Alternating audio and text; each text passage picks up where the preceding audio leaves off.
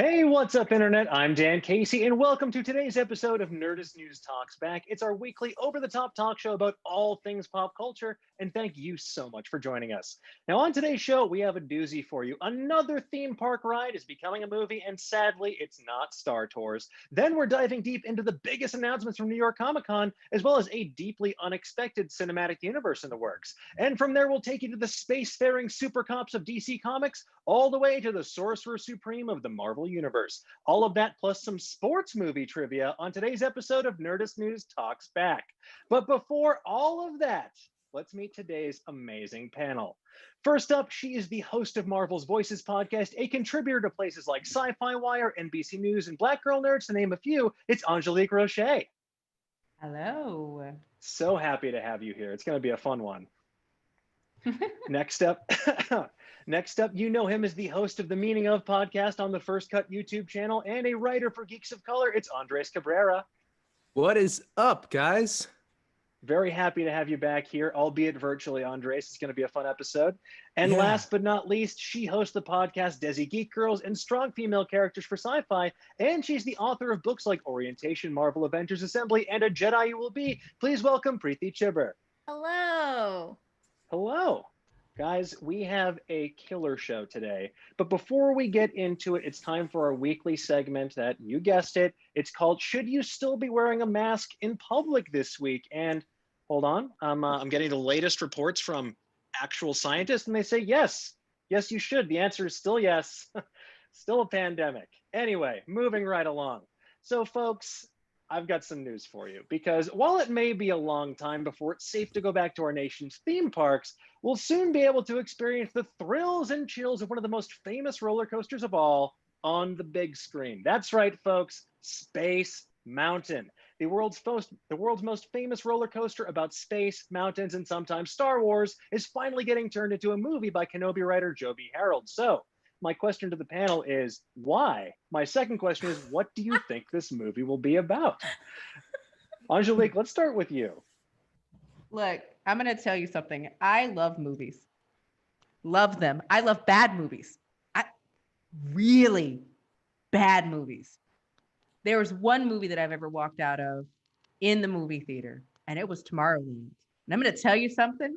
I literally, in the middle of the movie, was like, I'm done. I got up and I left. It was 5 years before I actually saw the end of that movie because I couldn't bring myself to watch it. And you know what that movie was about? A theme park ride.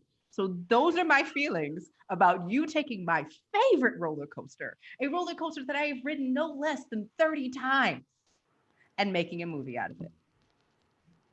Done. Yeah. Wow. I still have yet to walk out of a movie. There's been a handful that I wish I had in hindsight. Really? Yeah, I never absolutely. have either. Really? Yeah, there was one, I think it was called Night Moves or something. It had Jesse Eisenberg and I want to say Dakota Fanning as like eco-terrorists. And I was with two friends, and afterwards all of us looked at each other and said at different points in the movie, we all wanted to walk out, but we were too polite to say something about it. So never again. Your time is too valuable to watch that Jesse Eisenberg. You get up and you leave. Yeah. And here's the thing, I that. felt bad about it. And there was like maybe 5 of us in the movie theater. So it was like, no one was going to judge me. And for a good 5 minutes, I was like, I can't believe I paid for this. I should That's the stay. thing. You already paid for it. Like, You're not getting a refund. you're not getting a refund. You said this was Tomorrowland? Yes. Yeah, that movie was pretty bad. I can't lie. That movie was painful. Did not care And for you it. had a smart cast, but I was like, yeah, I'm not here for it. I think to answer your question, Dan, money is why. And because they have property money. I mean, it's free money. That's always what I say when people question the live action recreations, because they're like, why are they making live action recreations? I'm like, why not? Because it is that property that they own. They have it, so they can make this into a film. And it worked with Pirates of the Caribbean, so it'll eventually work with something else, is kind of their motto, which I get. My thing is, I don't know if you caught this, Dan, Legend of the Sword, King Arthur writer. That's why I'm excited. Yeah. One of my favorite movies of that year. Great film. literally, I think the only people who like that movie are currently on this Zoom call with me. You have three of But I'm the gonna- people who were fans of that movie. But I'm I don't- gonna ask you though. Yeah. Name another movie that was based off of a theme park ride that's been successful. I present to you again Tomorrowland, The Haunted Mansion. Yeah. I'm done. That's it. I don't Okay, need to but present here's the anymore. I thing. think I'm done. Literally, Space Mountain could be about anything. That ride has zero narrative. It could be literally about anything as long as it's in space and has a mountain involved in some way. It's like, See, I would like to see them do a kind of real-time thriller of people waiting in line for Space Mountain for an hour and 57 minutes. And We've all then been you get the 2 minutes of joy at the end, that huge action sequence, and then A whole 2 minutes. they race to the bathroom. And then it's a race to get back in line. Because I'm going to tell you right now, I lit that. And then there was an Aerosmith ride over. oh, at, no. Yeah. I know, it was I know what great. you're talking about. That ride was in. Look, my the one at sister. Six Flags? No, it's at Disney. I Well, thought they're it was- replacing it now. It's at Disney. There's an Aerosmith ride at Disney. Yes. It was like was it the Jimmy Fallon ride? Was that the same thing? I can't. It's the same park where the Haunted Mansion is. What Believe a me. combination, Jimmy Fallon and Aerosmith. I Sounds mean, like quite a ride. But Yeah, Space Mountain is. yeah. Space Mountain's legendary, right? Like I remember my first time going to Disney, and I was like, "Do you want to just ride Space Mountain again?" And then we just kept doing that over and over. Yeah. But is there a difference? So I'm actually from Florida, so I'm a Disney World, not Disneyland person. I don't know if there's a difference between the space. There is. The Spaces Yes. Mountain. There is, and also secret. There's a difference in what line you get in. By the What? way, so Wait, a lot what? of people don't realize at Space Mountain there are two different sides. The There's a space side left- and the mountain there's- side. Yeah. Nope. There's a left There's and Big a Thunder right. Mountain, and then there's Space Mountain. No, there's a left side and a right side, and when I was a kid, they were two different speeds. And so if you Oh. asked if the person wasn't Oh. really into roller coasters, Right. they would suggest one side versus the other. This sounds Mm. very vaguely familiar. Yeah, my sister always took the faster side. I didn't have a choice. This is more That's fun. like if you just told me that without like that's something I feel like I would have heard of as a kid, and it's like when someone tells you there's like a swimming pool on the 3rd floor of your high school Yeah. as like a rumor to trick a freshman. Like there's a, Oh, there's no. a secret speed. No, that story is the story of Fariel from the Universal Studios that I'll tell you one day, and how I went the back way into the Harry Potter ride. Oh no. A tour There's a back through- way. Well, there's the Dueling Dragons, or whatever it's called now for Harry Potter, used to be a roller Yep. coaster called the Dueling Yep. Dragons. Yes. And there's a Mhm. way to cut through the line so you don't have to go through the whole line again. Where you Mm. just come out of the exit and cut through and can go right back in. There's also a back hall in Hogwarts. You like, are you're welcome. welcome. Wow. Well, I'm For going all to those file this people away going for to when theme it's parks. safe to actually go to a theme park again. But before we move on to the next topic, is Yeah. there a theme park ride you think that actually deserves a movie? That doesn't already have a movie, because that's the problem. Because I would say, yeah, it doesn't already have one. I would posit it's no longer in existence, but Justin B in the chat echoing my opinion there. Tower of Terror feels like Wasn't it there a would be- movie? Was there not a Tower of Terror movie? I feel like there was Wasn't there something? something. Did I make that maybe up? way back in the day, but I would say that it's worth having a new movie made about Okay, it. I think like a you could do reboot? something I'll fun take with it. that. Yes. How Okay. about a new water world, guys? Right? That's what we want. No? Our producer, Okay. our producer Adam is saying there was a Steve Gutenberg made-for-TV movie of Tower of Terror. I knew I'm it! talking Oh, about there You. you Okay, go. I'm I talking feel about better big now. screen, not- I was like, not tiny "Ooh, living this- room Gutenberg. Okay. this seems-" Gutenberg is a huge star, man. Yes, star of actually, my in- favorite in- episode of. In my mind, Steve Gutenberg is a fucking genius. Party down? Sorry, sorry guys. Yes, Party Down. Thank I you. knew it. My brain was buffering, and then we got time. It was fantastic. Don't worry, I got you. I agree. He is. That's what the G is for in Gutenberg. Genius. Yes, no, it is. It is. Genius. I don't know. I would love to. Going back to Aerosmith, I would love a movie that is based, and it's just called Love is a Roller Coaster, and I want it. Also, there's- and now that I say it, in my Harley Quinn is like literally behind my head. She's like, "No, you don't. That's not what you want to say. Well, there's Love is a roller coaster." the Rock and Roller Coaster in Universal Studios in Florida that is like you pick the music that plays when you ride the roller coaster. And so if you pick Sabotage from the Beastie Boys, it's like perfectly timed where you have that lead in and then goes over. And I was like, I want that feeling from a movie about a rock and roller coaster. You know, the Okay. Imagineers and all that, the engineers behind that ride were so stoked when they're like, it lines up, it lines up. Perfect. That's incredible. I feel like Sabotage is that one song that everyone uses for everything. Yep. Yeah. Because it just it's a fits. great song. Rightfully Yeah, so. it fits. It fits. Yeah. Look, it's good enough to trick alien interlopers. It's True. good enough for a roller coaster. It can do no wrong. But let's move away from the world of Disney for a moment and move to the world of New York Comic Con. That's right, folks. Last week, New York Comic Con took place not in the labyrinthine halls of the Javits Center, but online, with panels from everything to The Boys, to The Expanse, to Marvel's stop-motion animated MODOK series, to Stephen King's The Stand, and beyond. There was a metric ton of stuff to get excited about in the weeks, months, and years ahead. Now, the stop-motion animated MODOK series is where I want to start because I am very excited about the potential implications of this. Now, MODOK, or the mental organism designed only for killing if you're nasty, is going through a bit of a midlife crisis as he's been unexpectedly ousted from AIM.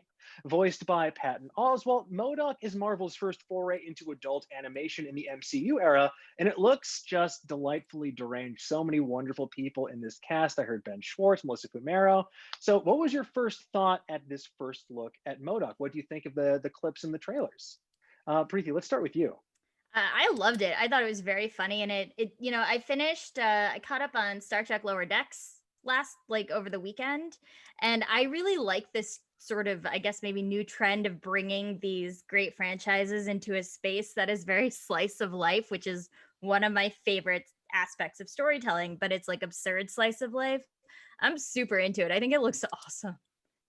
Yeah, and I agree with you. I think as well, it works super well for a character like MODOK, who might feel a little ridiculous brought to life in live action. And that's saying something considering all the crazy stuff that's already existing in the Marvel Cinematic Universe.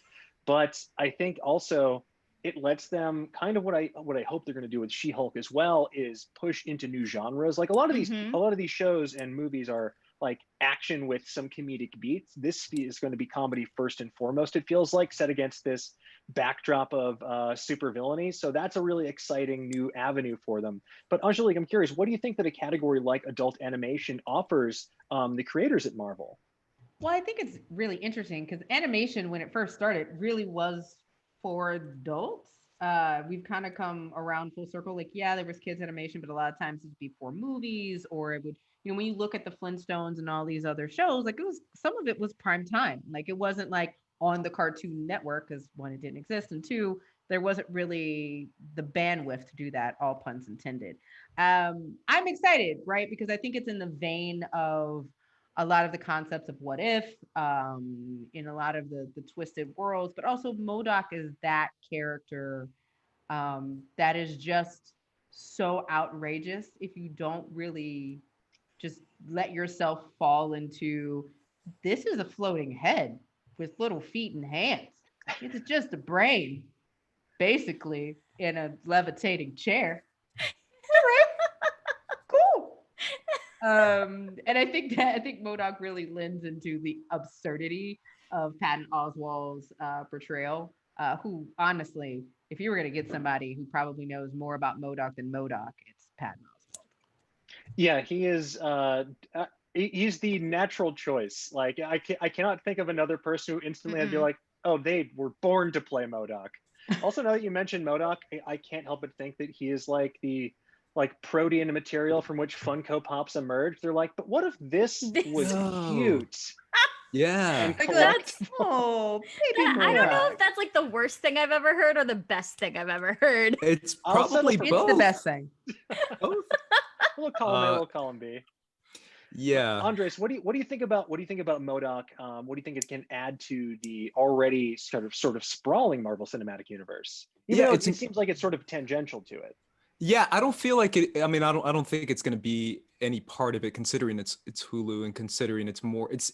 I feel like everything that's TV that Marvel is going to connect is going to be on Disney Plus versus Hulu, like Hellstrom, like MODOK is going to be more separate. Considering I am the only Agents of Shield fan left alive, but I love Agents of I'm Shield. sorry. Oh, you I'm guys love Agents of sorry. Shield? Okay. I love it. All right, we in it. We in it. I mean, Mac has my love for life. Oh, I love Mac. Henry's actually a friend of mine. So He's such a nice person. he's great. Yeah. So that's my thing. My thing is like the TV world seems to be separate enough to where they can have a little bit more liberty than when it comes to the MCU. And obviously we see the success of something like a Harley Quinn on the DC side when it comes to the animation. So I feel like letting loose when it comes to adult animation and adult humor is kind of the way to go nowadays, especially with animation. Also, I'm a big fan of financial humor. So give me that MODOK AIM financial problem humor, because I feel like that is probably the most relevant topic right now, considering he even had the on. accountant even had the little like green visor on his AIM suit. It was such a good little detail. They like that's what I love about that trailer. It's just so jam packed with these like blink and you'll miss it moments. That is just like that's there. It's so much. That's the best part about animation as well. Is some of those details were added in by the artists and the people storyboarding, because not all of that can wind its way into the script. You have all these talented people who are adding their unique touch to it, especially the folks over at Stupid Buddy Studios who are bringing their signature style of stop motion animation to the Marvel universe proper now. But going away from Marvel for a moment, I want to hop over, in the interest of time, to another comedic series that has a legion of fans that I think are very excited to see this finally work its way to the big screen, or trepidatious about it because it's not a straightforward adaptation. I'm talking about The Watch. So BBC America is going to bring a little bit of Discworld into our lives with Terry Pratchett's delightfully absurd fantasy novels, sort of getting merged into this new series about Captain Sam Vimes, played by Game of Thrones alum Richard Dormer, who leads the City Watch, a motley crew of characters that tries to keep law and order in a deeply corrupt city where crime has been legalized. So tough job on their end. Now, as I mentioned, this isn't a traditional adaptation so much as a hodgepodge of inspirations from Pratchett's sprawling bibliography. But I'm curious, what do you hope to see from this trailer? What do you hope to see from this series, and what do you expect to see from this series? Angélique, let's start with you. So I'm gonna keep my expectations low because this is very ambitious to touch Terry's work at all. I liking it to Saga, and understanding that Saga is never meant to be it was written not to be adapted, right? Like when you look at the work that most of us read in high school and you think about this concept of how much money it would really take to make it good, I'm really curious to see how they were able to scale it down. So I'm keeping my expectations very low. Also, the trailer looks quite weird, which is right up my alley, and I'm very excited about it. So we'll see. Yeah, I have to say that sort of weirdness and just that like it was so vibrant, and despite how grimy it was, that it really kind of lured me in. And then remembering the sort of linguistic gymnastics that happen in every single Terry Pratchett book, they're so funny, but also it is going to be a real challenge to bring Discworld to life. So I'm curious, Andres or Preeti, what do you think about this? Are you a Discworld fan? What are you hoping to see from this series? This is not, I mean, this is another one of those series like Angélique, like I read it in high school. And so my memories are quite painfully far away, unfortunately.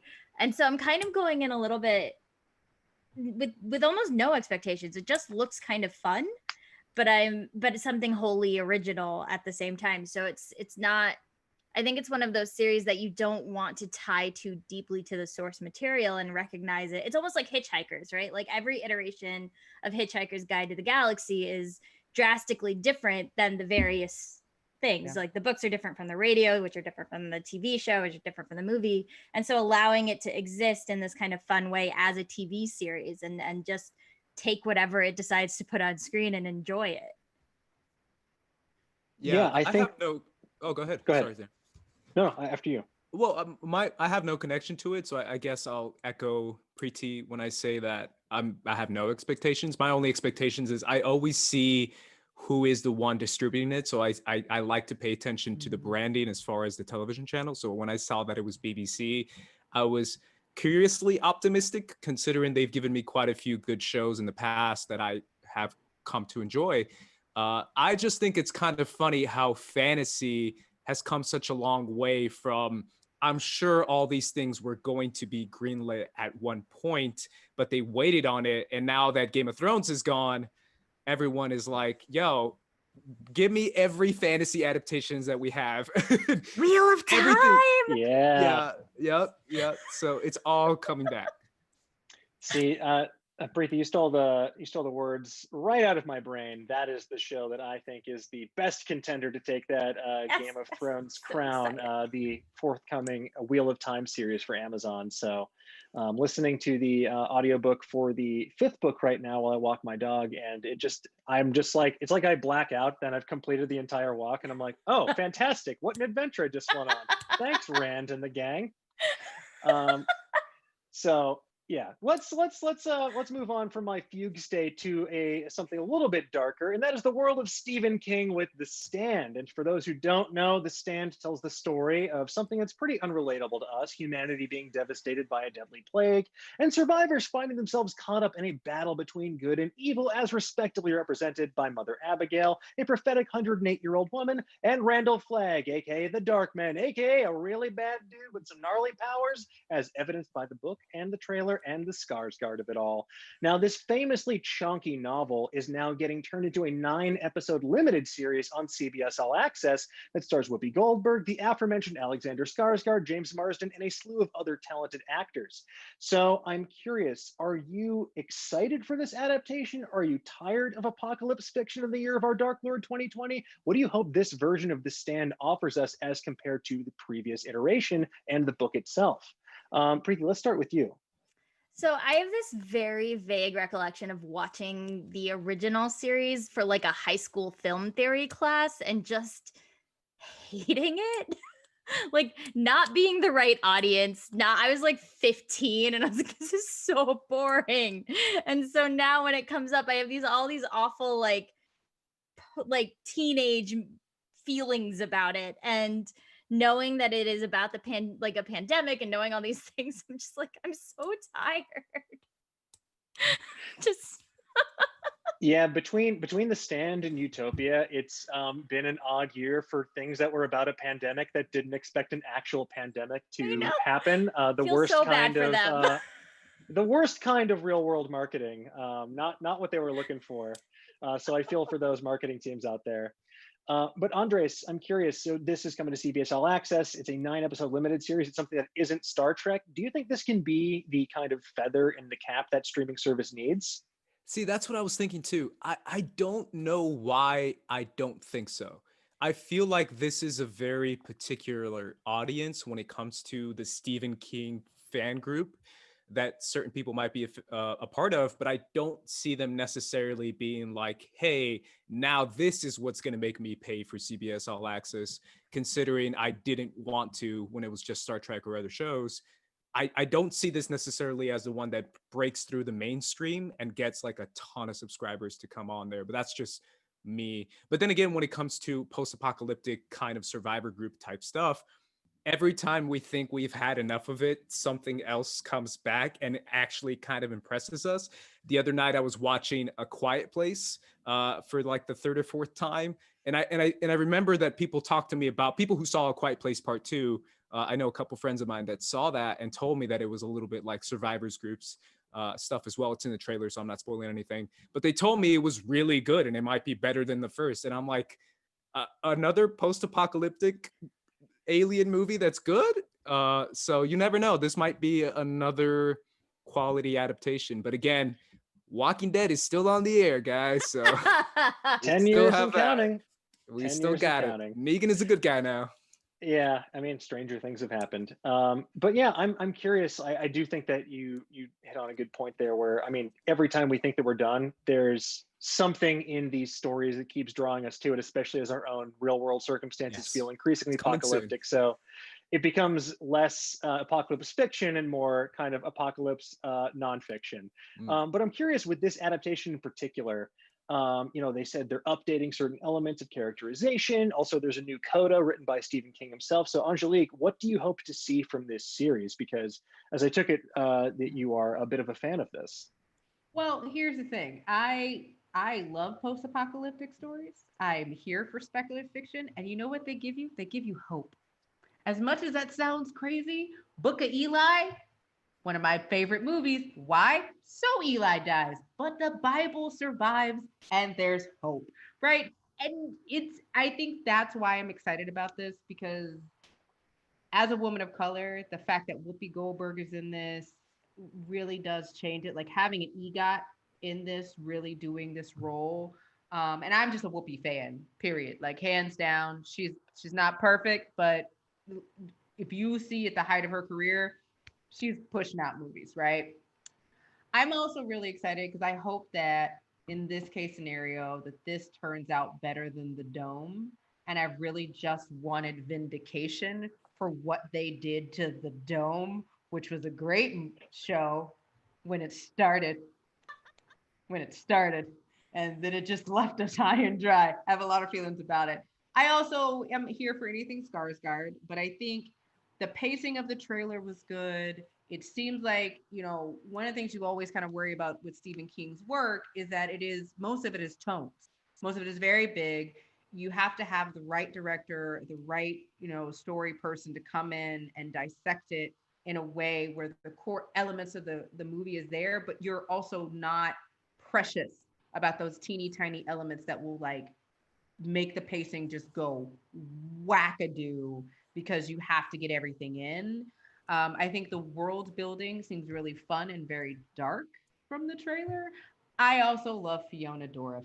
And if you can put Bart in anything and everything, that means there's going to be a bit of comedy. There's going to be some physical moments that allow it to be relatable and human. And so it's not going to all be crazy. And I'm getting those vibes, right? Like, so I'm excited about it. I also like Snowpiercer, guys. So don't look at me. There you go. The show? Yes. I will have to check that out because I did enjoy the movie, and I've heard, I've heard your mileage may vary, but I'm curious about it. I'm curious. They're very different. So I've heard. Very different. Can I give a shout out to The Outsider, HBO show that came out this year? Another Stephen King adaptation that I thought was one of the most quality Stephen King adaptations I've seen. I believe it's like 8 or 9 episodes long on HBO. Really, really good stuff. One of my favorite Stephen King adaptations I've seen. Look, the more Ben Mendelsohn in my life, the better. He is just an international treasure. But yeah, I think maybe 9 episodes is the sweet spot when it comes to Stephen King adaptations, if that's the case, based on The Outsider. They should be limited series. There should be limited series, man. Like I really, honestly, as much as I love Stephen King, I'm gonna leave longer series to Joe Hill, and keep Stephen at a good mini series, because that's how I grew up getting my Stephen King. It was either a movie or a mini series. Like having multiple season long shows of Stephen King is rough. Yeah, my opinion. That's The Dome started as a limited series, and they're like, what if it was an unlimited series? And then they said, oh no, that's too much Dome. That's the best way to describe it. It's too much Dome. So, guys, so they're still in the Dome, but now there's a tunnel? Now they're in cocoons? Look, you can't stream Cocoon anywhere else, so that's the next best thing that we can actually get is also Dome adjacent. Cocoon is a national treasure. It's a great If you movie. haven't seen it, find it, folks. Pay your respects to the late great Wilford Brimley and check out Cocoon. Yeah. But let's move away from the world of Stephen King and move to a world that, look, I am clearly not a detective because I had no clue this was coming. So Tony Stark may be off eating a plate of cheeseburgers in the sky right about now, but Robert Downey Jr. is already planning his leap to a different cinematic universe. This time, the game is afoot with the Sherlock cinematic universe. That's right, folks. Speaking at a Fast Company Innovation Festival panel alongside his wife and producing partner Susan Downey, RDJ mentioned their plans for a third Sherlock film directed by Rocketman's Dexter Fletcher, as well as plans for a larger cinematic universe for some reason.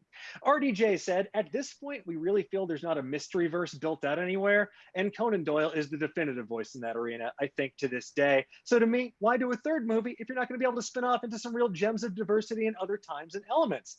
And adding to that, Susan said, spin off characters from a third movie to see what's going on in the television landscape, to see what Warner Media is starting to build out things with HBO and HBO Max. So I'm curious, did they just watch Enola Holmes and think, wow, Yes. we should do this, but with our characters? And how is this even going to, how do you see this even working? I feel like I'm curious. Do you think the shared cinematic universe moment is kind of over beyond the Marvel and DC of it all? And I guess I'll add Fast and Furious to that mix too. Andres, let's start with you on this one. Yeah, I mean, I don't think it's over anytime soon. As long as people are willing to risk it and try and make as much money as they can, I think they will try it. My only question is, to answer your first question, Dan, yes, the answer is Holmes seems to be popping right now. So I'm sure that the Downeys are like, hey, Enola worked out. Let's try and do it with our own characters. My thing is like, this is 9 years later and we haven't seen Game of Shadows. I think it came out 2011. So it's been a minute, but I do feel like Robert Downey Jr., a lot of people were speculating that his career after Tony Stark was going to get him into prestige films and possibly going for an Oscar. And now I'm convinced that he's like, yo, this money thing is good. I'm going to just keep making this money stuff. And who cares about them prestige films? Because I want to print that money. And I think this is how he thinks he will do it. But to be fair to him, it is a joint venture with his wife. So I do feel like this is a passion project for them where they're just like having dinner and just talking about Sherlock Holmes. So I'm sure this is some sort of like relationship thing they want to do. And for that, I give it 2 thumbs up. But I'm curious, like, where are they going to go with this? Are we going to get like Mycroft, Crime Always Pays, or like Moriarty the Winter Soldier or something? Like, what are we going to get here? Preeti, what do you think? What do you see in this face not doing enough? I already told you I am not a detective. Moriarty. I just don't. I love Sherlock Holmes a lot. I am rewatching Elementary for like the 3rd time right now. Like I loved Enola Holmes, even though that was 90% Henry Cavill's forehead curl. Like into it. The thought of watching a Sherlock Holmes cinematic universe movie that does not involve Sherlock Holmes at all, I don't understand the like appeal of it. I'm not interested in it. And if Guy Ritchie's gonna do anything, I want a Legend of the Sword cinematic universe. Ooh. Like, give me Vinnie Jones as Merlin. Let me watch that movie. I don't necessarily want the Sherlock Holmes cinematic universe because I just don't even know. Like you said, like I don't want to watch a movie about Mycroft. That sounds awful. I don't want to watch a movie about Moriarty without someone who can go up against Moriarty. Like, what is that? It doesn't sound good. So hear me out. So imagine Sherlock Holmes finds a kind of plucky young ward, someone from like one of the Queen's represented boroughs of London, and takes him under his wing and teaches him the ways of being a detective, gives him fabulous technology, and then tragically dies, and then leaves him to deal with the aftermath of that. That seems like a good original way to build out this universe in a way that'll generate buku bucks at the box office, and also give a new generation. If only there was like a young British actor who could just transcend all 4 quadrants at the box office. It'd be, I don't know, I think for an actor like that, it'd be a real homecoming of sorts, but yeah. I digress. Far from Holmes. Wow. Far from Holmes. Far from Holmes. Yeah. No. That's what they should call the cinematic universe, truly. Far from Holmes. Not the mystery verse, the Far from Holmes-averse. My question is, Tommy is Holland. this, are we getting more Irene Adler though? Yes. With all the jokes aside, if I get a story about Irene Adler, maybe I care some. But no, they need to sit I down. agree with you, but Like, Elementary did the Irene Adler story so well. I get that. Also, we live in a world, Preeti, where we have a thing called the librarians, the magicians, and Warehouse 13. And I'm going to be very honest. The librarians and Warehouse 13, basically the same show. And I'm going to tell you what, I own all of them. I watched all of them. They were great. I will watch them again. But here, I tell you, they need to sit down. Doolittle needs to be a reckoning, and he needs to just retire on that Stark money. I feel like Enola just did it perfectly when it comes to the generation difference. It's a girl, it's a teenage girl, a different generation. It's targeting a different audience, which is younger teenage girls, and it gives the perspective of what it was to be a woman during that time in the women's suffrage movement. I feel like that's the way to do it. I just don't see any other story inside the Holmes universe or the Holmes character verse where there is a character that would be as relevant as someone like Enola would. So that's just my perspective. Do you think they're going to do something like a Grendel Beowulf situation where suddenly you're telling Moriarty's story from like his perspective? Like, I'm just tossing it out. I'm not saying it's going to be good. I'm just saying I could see Moriarty, the origin story. Yeah, Watson, the medical drama before he joined forces. The war story. I actually kind of I want a mashed version of Watson now. Thanks. An 11-year TV show or movie about a 1-year stint at Victorian doctor school.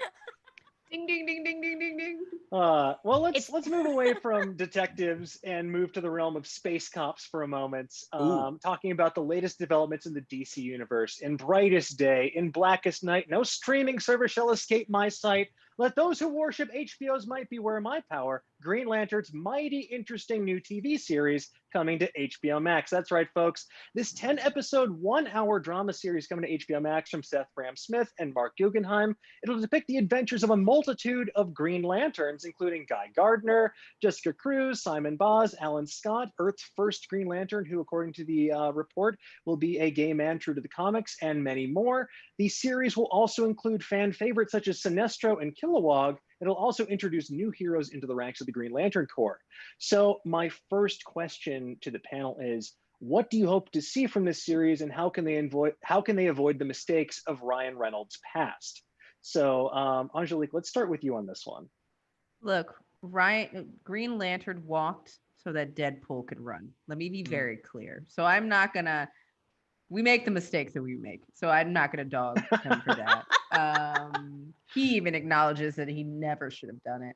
I will say what I'm interested, and the one reason why I want to watch this, besides the fact that it looks beautiful, just like the concept of having a team and like having the diversity of what a Green Lantern Corps looks like. I'm interested in folks who have this concept that Green Lantern is this one dude, like really understand like the background and seeing where the writers take that kind of world building out. And I hope they dig into it, right? I hope they don't suddenly want to be like, oh man, this isn't working. Let's do a procedural. Let's pull this back. Like I want them to have fun with the broad expanse of this. And so I'm looking forward to that. But I'm also looking forward to HBO money. After seeing Lovecraft Country this season, I will say that I want most fantasy to go over to that HBO money. Yeah, I mean, clearly they are going to be pumping a lot of cash into this because it's hard to, you want to make the series look good, especially when you are putting one of your prestige brands attached to it as well, like characters that have so much history and such a fan base. Now, I'm curious as well. There's no mention in this press release of anything about Hal Jordan or Jon Stewart or Kyle Rayner. So I'm curious, do you think they're saving them for a Green Lantern Corps movie? And what do you hope to see? Do you think this series is in any, not danger, but do you think their absence will hinder this series in any way? Andres, let's start with you. Yeah, that's obviously the first thing that kind of people focused on, considering that Jon Stewart is already such a popular Green Lantern, and he's obviously my favorite Green Lantern. I grew up with Justice League, the animated series, so my Green Lantern was Jon Stewart, and I've always loved Jon Stewart. So that was the first thing that I was like, where is Jon Stewart? And they want to save him. I think they do want to save him for the movies, but I don't know if that's the best decision, considering how much we can get out of a television show. Like you just mentioned, Lovecraft Country, HBO show. I mentioned The Outsider, another great HBO show that I saw this year. There's been a lot, I mean, Perry Mason, there's been a lot of great HBO shows this year that I feel like the more that HBO can have an 8, 7, 9 episode arc with a story, the better it is. And I want to give as much time and story to someone like a Jon Stewart, considering he's such an iconic character.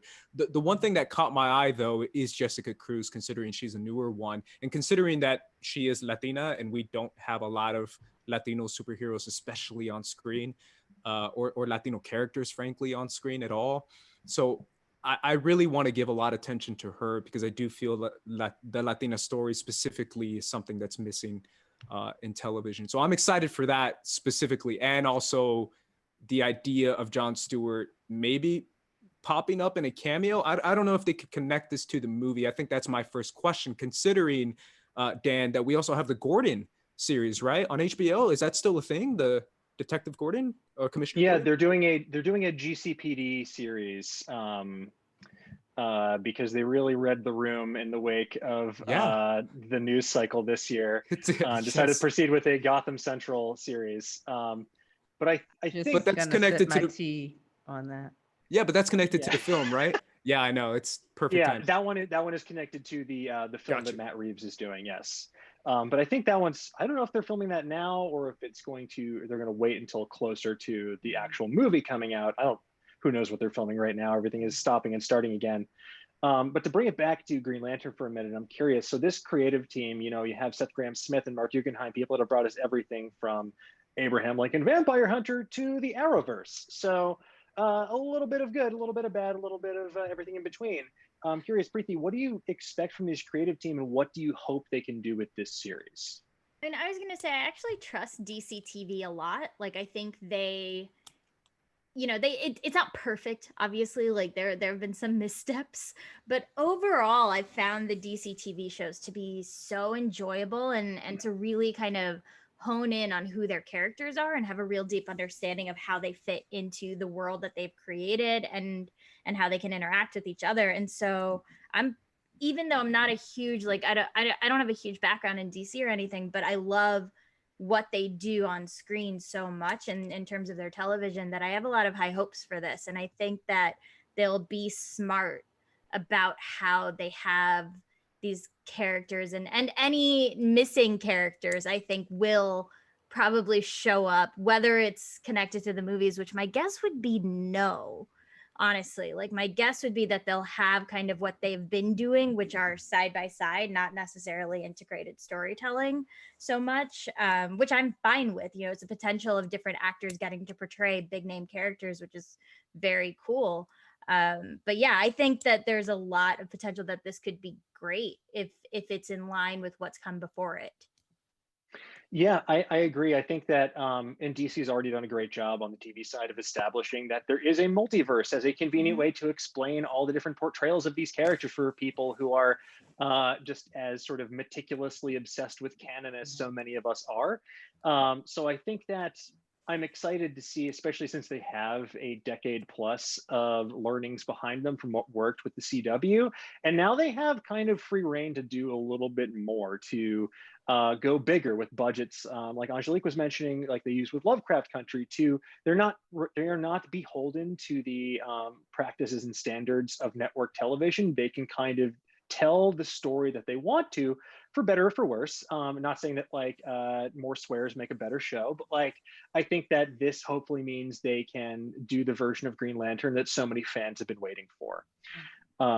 So yeah, but let's leave it at that for now, because I do want to leave time for something else that might be opening a different bit of multiversal mischief and mayhem. So when it comes to Spider-Man, two things are always true. With great power comes great responsibility, and Uncle Ben is dead, which is kind of a corollary to the first thing. Now we may have to add a third truism, at least in the Marvel Cinematic Universe. Spider-Man must always have an older, goateed mentor. So while Iron Man has shuffled off this mortal coil, Peter Parker will apparently fill the Tony Stark-shaped hole in his heart with Stephen Strange, the best darn surgeon turned sorcerer in the tri-state area, or your money back. That's right, folks. According to The Hollywood Reporter, The Hollywood reported that the Benedict Cumberbatch himself, I don't know why I said that, Benedict Cumberbatch is going to be joining Tom Holland in what I'm calling Spider-Man Sanctum Sanctorum. It's going to hit theaters on March 25th, 2022. And this obviously opens up a raft of questions, especially given that Spider-Man 3 will happen after WandaVision, but before Doctor Strange in the Multiverse of Madness. So before we get into that, my question to the panel is, what are your initial thoughts on Doctor Strange joining this movie? So Andres, let's start with you. Woo! I mean, there's a lot there. Obviously, there's been a lot of conversations. Obviously, this has been a story over the past week, considering that when is Spider-Man gonna leave the nest? When is he gonna sprout his wings and fly away and not have a goatee mentor, as you said, Dan? And the idea of adding a Doctor Strange, does that limit his character growth as a Tom Holland Spider? That's a question that's been brought up to me. I, for one, am excited for a potential Spider-Verse. I like Doctor Strange. I like Benedict Cumberbatch as Doctor Strange. The idea of introducing the multiverse inside the Spider-Man universe is opening a lot of different avenues, considering that we have the potential to see a Tobey Maguire return, an Andrew Garfield appearance, which would be kind of insane, but at the same time, absolutely hysterical. I cannot lie. I would love to see a Tobey Maguire come back as Spider-Man in the Spider-Man suit and just pretend to be an 18-year-old, even though he's far from it. Look, they have the technology. They can age anyone down. Not great. I don't want it. Don't be No, smart. I don't want that. He could claim, he's like, hey guys, I'm 18. Even though he's not, as like a meta joke. The more I imagine this movie, the more I see the meta-ness of it all, where it's just so meta to the point that I even feel like they will play teenagers just to be funny and just to wink at the camera as like, yeah, we get it. We were old when we played teenagers. I don't know how this movie's going to work out. I don't see it anything other than just a ridiculous comedy. So look, I'm very intrigued by this Pen 15-esque version of Spider-Man that you proposed here. Where just like they're clearly adults being teenagers, everyone else is the right age. Yeah. But Angélique, I saw your face when he brought up the multiverse, so I'm curious. I'd love to hear your thoughts on what role you think a character like Stephen Strange will play in this third Spider-Man outing. So I agree, Andres, I agree with you on certain things, but for different reasons. So he is still a teenager. Let's be real. He had a lot of mentors in the comics. You know, he had a lot of folks looking out for him. Reed was looking out for him. Tony was looking out for him. Like, he's still a teenager. He can't vote. Like, just give him a second. Maybe he'll be able to vote in this new movie. I don't know. So my whole thing is, I think Stephen Strange might be the perfect mentor at this point. Do you remember their interactions? He was like, hey, I'm Peter. Oh, I'm Doctor Strange. We're using our fake names. Like, I see this as going to be hilarious because Benedict Cumberbatch is very funny as a human being. Tom has really good comedic timing, particularly in his role as Spider-Man. I honestly think it's going to be less of a mentor and more of a, I'm going to push you in the deep end. Good luck, kid. Like, I already told you what you needed to know.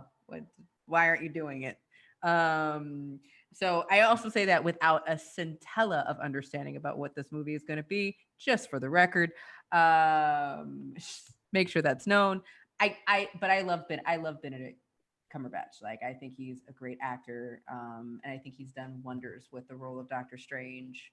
And so, you know, maybe it's not a full mentee mentor situation. Maybe he tries, and Doctor Strange is like, kid, you're grown, go somewhere. Yeah, I like that possibility as well. We have John Embry in the chat saying, excited, hope it's more of a team up, less mentor. Spider-Man needs to show that he's capable, because I agree, like, after he has this nice arc where he is kind of coming into his own as a as a young man, as a hero coming into his powers, assuming this great responsibility.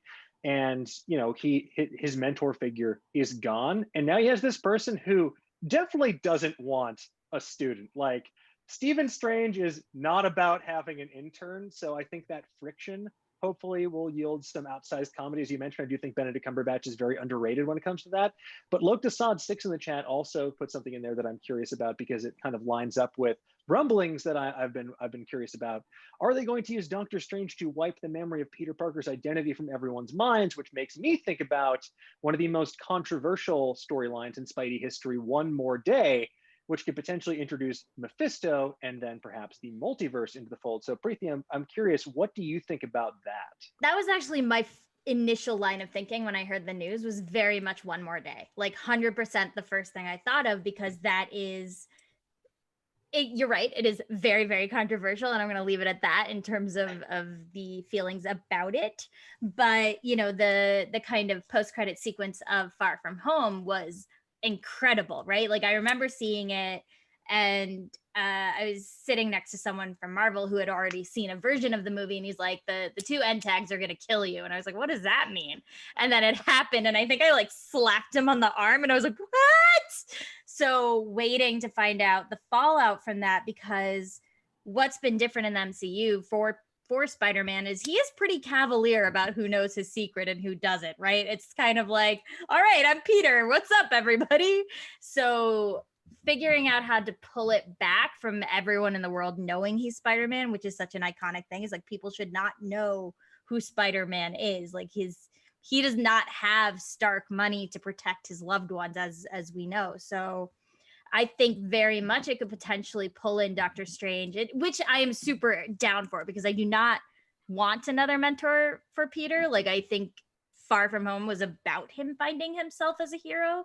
So it feels like a step backwards to have him be like, okay, I still need someone to show me how to be a hero. Like, you don't, you're good. You're fine, kid.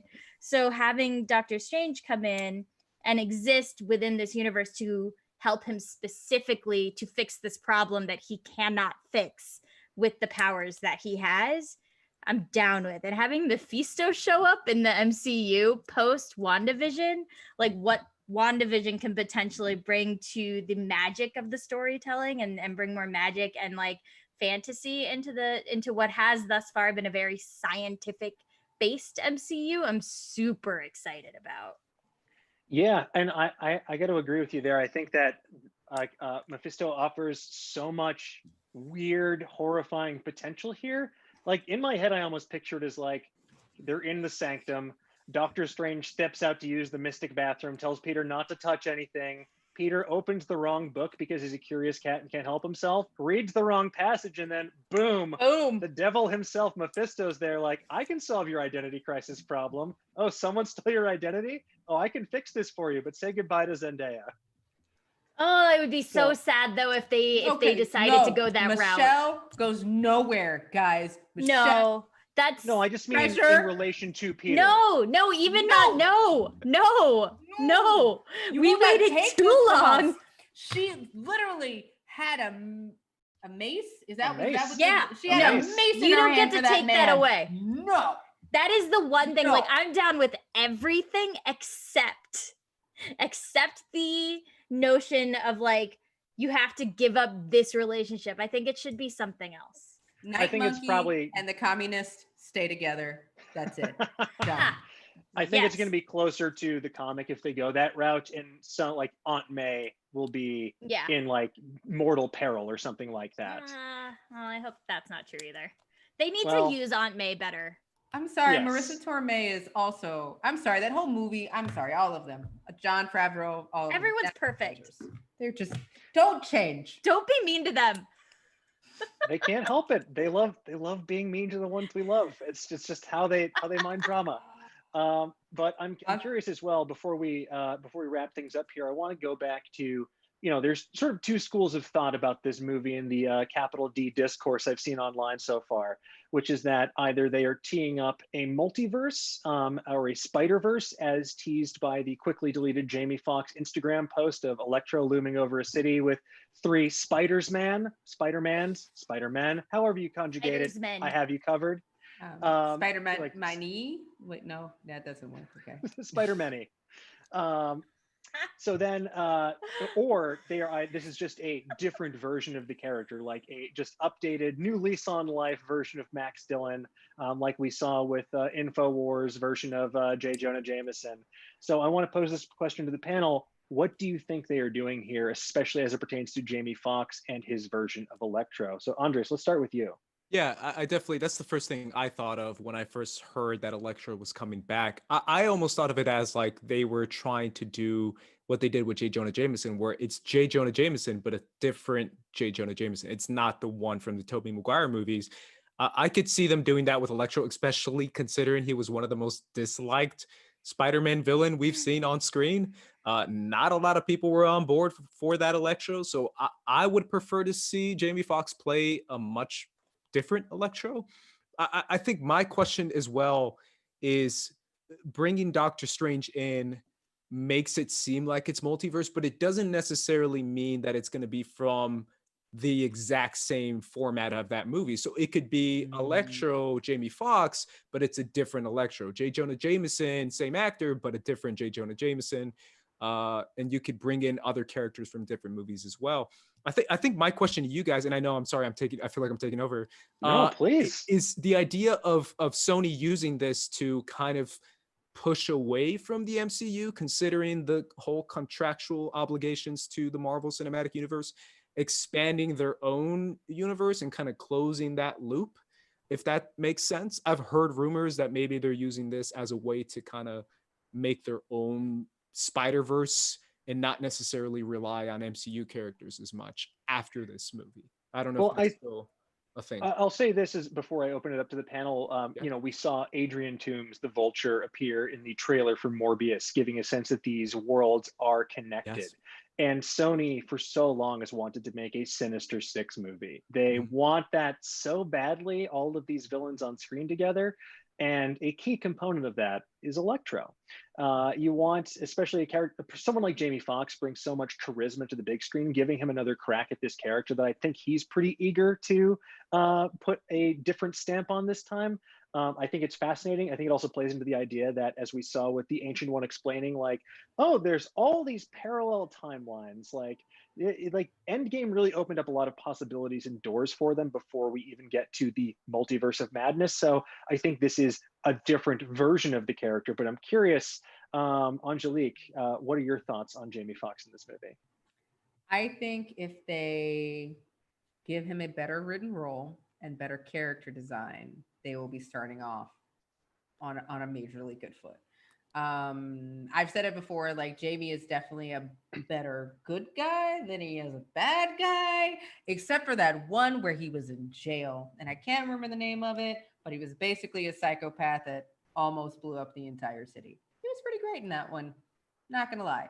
I will find that movie and send it to people, or someone can put it in Twitter for me. But I will honestly say they would have to make that role more intellectually. It has to be intellectually deeper, right? Like he wasn't believable, and I don't know if it was fully him, but he really wasn't believable the first time he played that role. And I think that if you gave it more depth and more backstory, instead of making it such it was much more of a Richard Pryor-esque villain from Superman. And I don't want to see Jamie play that role again because he's not Richard Pryor. He's Jamie Foxx, and it comes with different strengths and weaknesses. So I'm not going to be complete Debbie Downer. When I first saw it, I was like, oh, I don't want this. But if they're revamping the role, I'm open to see what happens. I think they are revamping the role. First of all, the movie was Law Abiding Citizen, I think that you're thinking of. Thank you. Yes, I got you covered. And in terms of Jamie Foxx, he's also said he's not going to be blue this time in that Instagram post. So at least aesthetically speaking, I imagine it's going to be a different take on the character. I don't think the characterization that we got in Amazing Spider-Man 2 is in line with the kind of reality they've built with the Marvel Cinematic Universe. So fingers crossed we will get a better version of Max Dillon this time around. And I will keep my fingers extra crossed that he gets the equally silly classic lightning bolt face mask because like I just love that so much. It reminds me of the halcyon days of reading comics as a kid, even though it has no place. I like how they play with that stuff in WandaVision, where like you get the old school costumes as like Halloween costumes.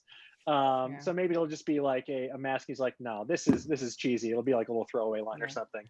And also for the record, he was not the villain in Law Abiding Citizen. I projected that on him. And so I still stand by, he doesn't play villain well.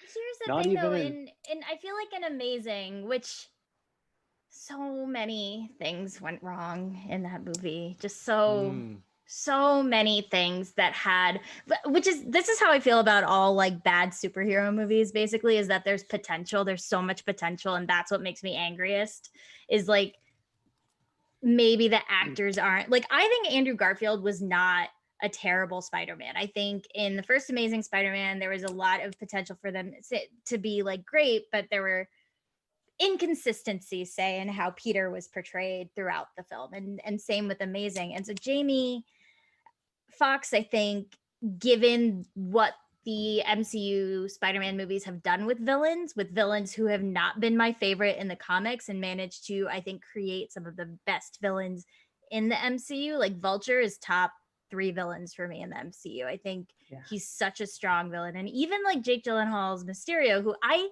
hate Mysterio as a villain in the comics. I hate him. I hate when he shows up. I hate it. I'm always like, oh, I don't want to read a Mysterio comic. But you got a lot of feels, man. Makes me so mad. But in the movie, I feel like they did such a good job bringing him to screen. So I have a lot of hope. There's a lot of hope in my heart for the Electro that they could potentially bring to screen, given what exists for Electro in terms of storylines and how he will interact differently with Peter, now that hopefully this is not going to be a superhero who is influenced by another superhero, who is mad because of something another superhero did. Like, I hope this is a Spider-Man villain who's mad at Spider-Man for whatever. As much as I love seeing like in Far From Home, when they just like kind of pan to the left in scenes that we've seen already, it's and there's so just good. Jake Gyllenhaal being like, "Oh, curse you, Tony Stark." I do hope that like great. This is either a villain looking to make a name for himself, or someone's going to put a bounty on Spidey, or he has a personal beef with your friendly neighborhood Spider-Man. But I do think that whatever they do with it, it's exciting. It's nice to feel this sense of like, nowadays we know you can suss out a lot of details about what's going to happen. There's so much granular reporting about every last detail of a film. So it's nice to have this feeling of kind of freshly fallen snow, where you're like, I think I know what's under that snow, but I'm not quite sure, and I can't wait to find out. So I just want Sandman, like a good one. Ooh. There's a lot of villains I want to see. I want to see a Mr. Negative. I want to see a Black Cat. Give me the Black Cat, please. We were gonna get a Black Cat. That was I know. I know. Silver and Black. Ooh, I have feelings. Basically, I just want the Spider-Man PS4 game to be the movie, because that's already the best Spider-Man movie I've ever seen. It is the best Spider-Man movie I too have ever seen. So good. And the best traversal mechanics in a very long time. So I'm very excited to experience that again with Spider-Man Miles Morales, and a whole new story on top of that. But now that we're done with news for the day, we'll say au revoir to Spider-Man and say hello to some good old-fashioned Nerdist news trivia. So we here at Nerdist News Talk Spec Institute for the Trivial Arts like to connect our trivia to the barest of threads. So given that the Los Angeles Lakers won their 17th NBA championship last night, congratulations. To celebrate, we're going to do trivia that our panel for sure definitely loves and has a deep and profound knowledge of: sports movies. Sports movies. What? So, all right, maybe I don't know. Maybe one of see. you is a secret expert, and you're playing it up for the camera, lulling us to a false sense of security. Movies. I don't know what's gonna happen. Let's see what happens. I like sports. I don't know about sports movies. Well, we're all like I said before the show, I think we're all on an equal playing field here. So let us begin with question number 1. Which 2002 movie is the true story about a high school chemistry teacher / baseball coach who became a major league pitcher after making a bet with his players? Is it A, The Coach, B, The Incredible Mr. Morris, C, The Rookie, or D, Trouble with the Curve? This 2002 movie is the true story about a high school chemistry teacher slash baseball coach who became a major league pitcher after trying out after making a bet with his players. A, the coach, B, the incredible Mr. Morris, C, the rookie, or D, Trouble with the Curve. All right, let's see those answers. I put C. Yes, you are all correct. It is The Rookie. That's right. Jim Morris, who's played by Dennis Quaid in that movie, only played 2 seasons with the Tampa Bay Rays, but the story gained national attention because he earned a roster spot after an open tryout at the decrepit age in baseball terms of 35. Oh my God. Yeah. They only want boss babies swinging bats and hitting homers. That's LeBron James's age, 35 years old. Yes. Look, he could pull a Michael Jordan now and go play for the Chicago White Sox. Yeah. Or I guess he'd just be here in Cincinnati Reds. Yeah. Okay, question number 2. True or false, the movie Cinderella Man is about the first male figure skater. True or false? Cinderella Man is about the first male figure skater. All right, let's see those answers, folks. Okay, that is correct. False. It's a rags to riches movie about the Great Depression era boxer, James J. Braddock, who may or may not have figure skated at some point in his life. Only time will tell. Okay, question number 3. What's the name of the team that's the focus of the baseball film, A League of Their Own? Is it A, the Rockford Peaches, B, the Scranton Horseshoes, C, the Shreveport Willows, or D, the Rochester Muskrats? So what's the name of the team that's the focus of the baseball film, A League of Their Own? A, the Rockford Peaches, B, the Scranton Horseshoes, C, the Shreveport Willows, or D, the Rochester Muskrats? All right, let's see those answers, folks. I'm sorry, Andres. The answer was, in fact, A, the Rockford Peaches. Great. They were a team in the All-American Girls Professional Baseball League that operated from 1943 to 1954, and they won 4 titles during that time. By the way, I had a chance to see that on the big screen again a couple years ago, and it is so good, especially with an audience. If you ever get the chance, highly recommend it. All right, question number 4. True or false? Rocky wins at the end of the first Rocky movie. True or false? Does Rocky win at the end of the first Rocky movie?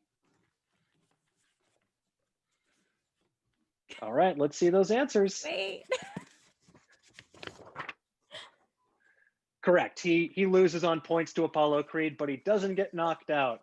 And that's the last Rocky movie they ever made until Creed. Oh, damn. All right. No love for the other Rocky Look, films. they're taking the robot out of the Rocky IV re-release, I believe. I think it's Rocky IV that's getting re-released.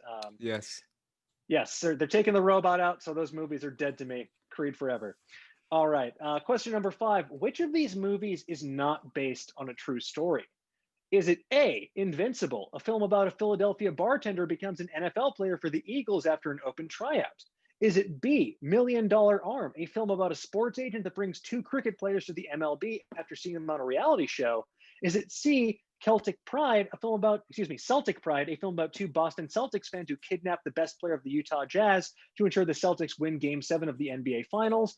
Or is it D, Foxcatcher, a film about the 1988 Olympic wrestling team that slowly turns into a horrifying thriller with deceit, manipulation, murder, and Steve Carell?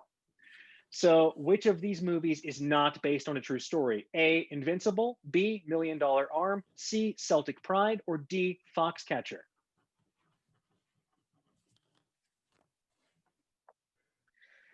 I'm sorry, Andres, the answer is in fact C, Celtic Pride. It sounded so real to me. I know. Look, being from Massachusetts, I can fully imagine that happening based on many people I grew up with, but not yet, because the Utah Jazz probably wouldn't make it to the NBA Finals anytime soon. They got that pizza though. Shout out to The Last Dance.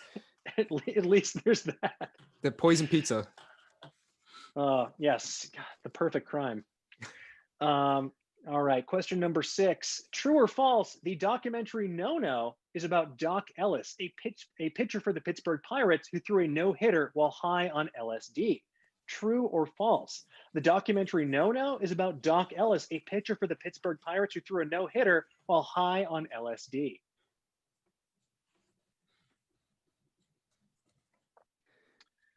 I'm sorry, Angélique. The answer is true.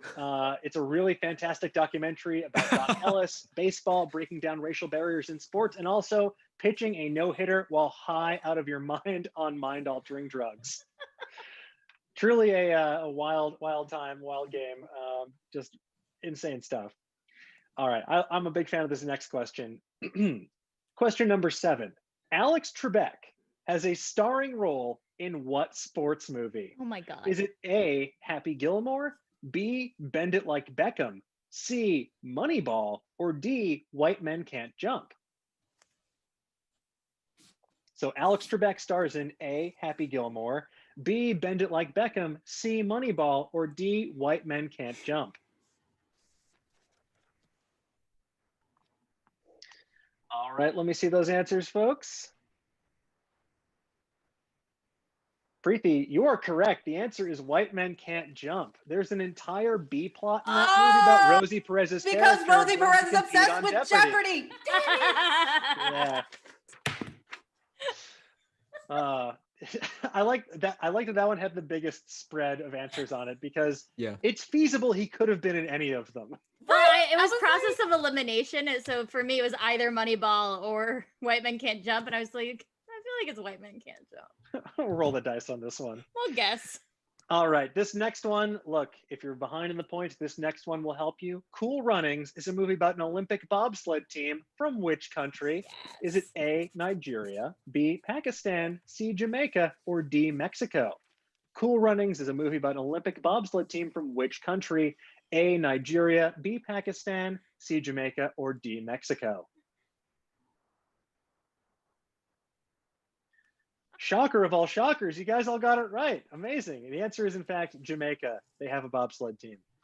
Okay, let me see here. Yes, they made their debut at the 1988 Winter Olympics in Calgary, which I've been to once, and it is a very cold place.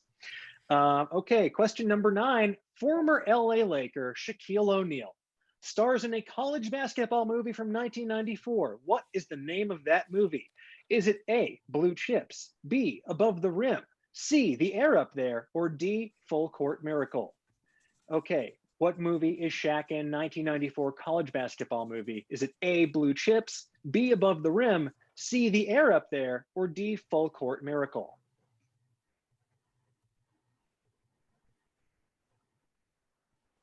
All right, let's see those answers, folks. I'm so sorry. The answer was A, Blue Chips. It was his Shaq. It was his Shaqting debut, directed by William Friedkin, who also directed The Exorcist. So fun little bit of cinema history right there. All right, now put on your nostalgia glasses for this one. In Mighty Ducks 2, what country do the villains hail from? A, Russia, B, Finland, C, Ukraine, or D, Iceland? What country is the villain of the film from? Is it A, Russia, B, Finland, C, Ukraine, or D, Iceland, the villain of Mighty Ducks 2? They are my favorite Disney villain. The answer is, in fact, D, Iceland. So the screenwriters admitted they knew nothing about Iceland apart from an actress they knew there who was incredibly tall and imposing, and the fact that it has ice in the name. The national sport of Iceland is actually team handball. So, because it's not made of. You know, it's not a land of ice. It's misleading. It's misleading. A dishonest name. Beautiful country. All right, so I have my supercomputer tabulating right now, running the sabermetrics, telling me all the odds. Fantasy football is processing. And let's see, the winner of today's sports trivia, the MVP, is Preeti. You won. Congratulations. I do secretly love sports movies, but I didn't think I was going to be able to remember anything. Yes. I mean, that's what happens to me. Like everyone, like whenever you're watching something like this in the chat, it's easy to be like, oh yeah, I know this. How can they not get this? But when you get up there, sometimes every movie you've ever seen just vanishes from your brain. Yes. And you're just like, okay, they made a sequel to Mighty Ducks, apparently. What? So yes. Yeah. With that said, so now we've reached the end of our show. It's time for your 30-second soapbox. You can talk about anything you want, promote anything you want, get anything off your chest. So Preeti, as our newly crowned champion of sports movie trivia, you are up first. What do you have for us? I wrote this book called A Jedi You Will Be. It's a picture book with beautiful illustrations by Mike Dees, and it came out last week, so please buy it. And I also have the sequel to Marvel's Avengers Assembly Book 1 Orientation. Book 2 is available for pre-order. It's called The Sinister Substitute, so please check that out. Oh, I dropped everything. Your other books were mad at not being mentioned. I know, but... sorry. Clone Wars, the anthology with short stories, and then that last book I didn't write and was using it to write my answers to trivia on. I was going to say, you've written so many books, I couldn't fit them all in your intro. So definitely check that out. Congratulations on the launch. I'm excited to check out the new ones as well. So next up on our soapbox, Andres, it is your turn. What do you have for us? Yes, thank you so much for having me on. Obviously, Twitter and Instagram at Squad Leader Ace is where you can find me. My YouTube channel, First Cut, and premiering tomorrow at 6 p.m. live on my YouTube channel is my brand new Star Wars show with Emma Fife. It is called Sabak the Block. For all you Star Wars fans out there, it is a pun. And there is a lot of solo references in my Star Wars show. So make sure you guys tune in to the very first episode of Sabak the Block tomorrow, 6 p.m. at First Cut. A+ name, A+ Yes. pun, A+ guest. I can't wait to check that out. Congrats on the launch. That's so cool. Yeah, thank you, man. Awesome. Now, last but not least, Angélique, it is your turn on the Nerdist News Talks Back soapbox. What do you have for us? Yo, so you can find me at Angélique Roché Official on the Instagrams and Angélique Roché at Twitter. I have lots of stuff going on, mostly just here pumping out some good stuff from Marvel. So keep watch of that. We've got season 3 of Marvel's Voices coming out later in the year. I'm very, very excited about that, as well as, Indigenous Voices, Marvel's Voices, Indigenous Voices #1 coming out in November. We're going to be re-releasing Marvel's Voices #1 in December. And lots of other things I can't talk about right now, as well as I've got some interviews coming up with Ace Comic-Con, including one of the stars of The Boys. You can go over to Ace Comic-Con and see what's coming out of the pipe on that. I cannot confirm anything else besides that, but it is coming. Well, I can confirm there's an Easter egg for that hidden somewhere in this show. So go back and rewatch it and then go check out Angélique's interviews and her awesome stuff she's doing over at Marvel. Folks, thank you all so much for joining me today. This was a super fun show. And thank you to everyone on the panel. Thank you to everyone at home who tuned in live. And yeah, make sure you check out today's episode of Nerdist Now. It's all about the best hidden gem horror movies you need to stream this spooky season. And with that, we'll see you back here next Monday for a brand new episode of Nerdist News Talks Back at 2 p.m. Pacific live on Nerdist's YouTube channel and Geek and Sundry's Twitch channel. So in the meantime, stay safe, stay healthy, and have a great day. Bye-bye.